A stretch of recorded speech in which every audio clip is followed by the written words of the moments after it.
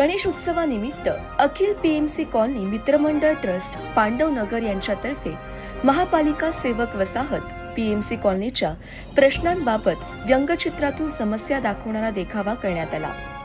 या देखाव्याची संकल्पना ट्रस्टचे अध्यक्ष कैलास पवार यांची आहे। बऱ्याच दिवसांपासून पीएमसी कॉलनीतील इमारती जुन्या झाल्या आहेत। कॉलनीतील महापालिका कर्मचारी जीव मुठीत धरून राहत आहेत, त्यामुळे कोणत्याही क्षणी दुर्घटना होण्याची शक्यता आहे। इमारतीला 60 वर्षांपेक्षा जास्त दिवस झाले आहेत, त्यामुळे ती मोडकळीस आली आहे। या प्रश्नांबाबत जनजागृती व्हावी हा या व्यंगचित्राच्या देखाव्याचा उद्देश आहे। ट्रस्टतर्फे याबाबत पाठपुरावा करण्यात आला आहे, त्यामुळे यंदा व्यंगचित्राच्या या देखाव्यातून ही समस्या मांडत प्रशासनाचे लक्ष वेधून घेण्याचा प्रयत्न करण्यात आला। या व्यंगचित्राचे रेखाटन व्यंगचित्रकार धनराज गरड यांनी केले आहे। नमस्कार, मी कैलास पवार, अखिल पीएमसी कॉलनी मित्रमंडळाचा अध्यक्ष आहे। यंदाच्या वर्षी आम्ही आमच्या कॉलनीतल्या मनपा सेवकांची जी आत्ता राहण्याची गैरसोय होत आहे याच्यासाठी व्यंगचित्राच्या माध्यमातून आम्ही तुमच्यासमोर येत आहोत। आमची व्यथा तुमच्यासमोर मांडत आहोत। या राज्यकर्त्यांना जाग यावी अशी आम्ही गणपती बाप्पाचरणी प्रार्थना करतोय। काय समस्या आहे तुमच्या या व्यंगचित्रातून मांडण्यात? आमच्या या वसाहतीला 60 वर्ष पूर्ण झालेली आहेत। गेल्या 30 वर्षापासून इथं दयनीय अवस्था झालेली आहे सगळ्या कॉलनीची।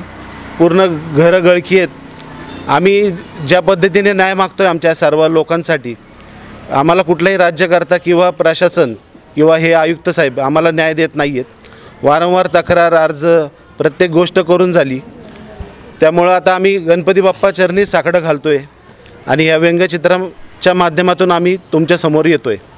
काय नेमकं प्रशासनाकडे कारवाई केली? ज्या धर्तीवर 1995-96ला रमानाथ झा साहेब आयुक्त होते पुणे मनपाचे, त्यांनी जसं आमचं खेळण्याचं ग्राउंड होतं त्या ग्राउंड इतर बाहेरच्या लोकांना सोसायटी स्थापन करून त्यांना देण्यात आलं, विकत देण्यात आलं।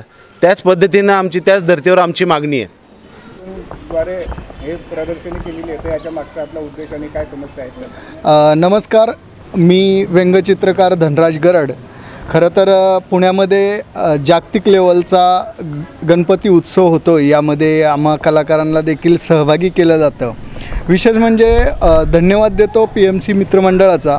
खरं तर त्यांनी त्यांच्या व्यथा बाप्पाचरणी तर मांडल्यातच, पण ह्या राज्यकर्त्यांसमोर व्यंगचित्रांच्या माध्यमातून त्यांच्या समस्या मांडण्याची संकल्पना आपले कैलास पवार सर घेऊन आले आणि मला अत्यंत आनंद होत आहे की या माध्यमातून ही जर समस्या सुटली तर खरंच खूप चांगलं होईल। म्हणतात ना की एका व्यंगचित्राची ताकद 100 अग्रलेखा एवढी असते।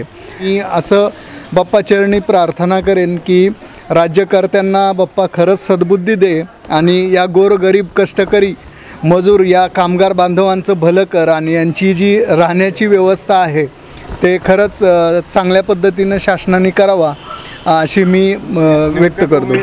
समस्या आणि कला व्यंगचित्र म्हटलंय की नेमकं कसं तुम्ही त्याला बसवलं किंवा कसं तुम्ही आणलं? खरं तर व्यंगचित्र नेहमी हसरंच असतं असं नाही, कधी कधी ते जीवाला लागणारं पण असतं। खरं ही व्यथा मांडताना ज्यावेळेस मी या ठिकाणी पहिल्यांदा आलो होतो त्यावेळेस या ठिकाणचे काही फोटो घेऊन गेलो आणि या माध्यमातून व्यंगचित्रातून जास्तीत जास्त कशा पद्धतीने मला हे मांडता येईल हे मी व्यंगचित्राच्या माध्यमातून मांडलेलं आहे।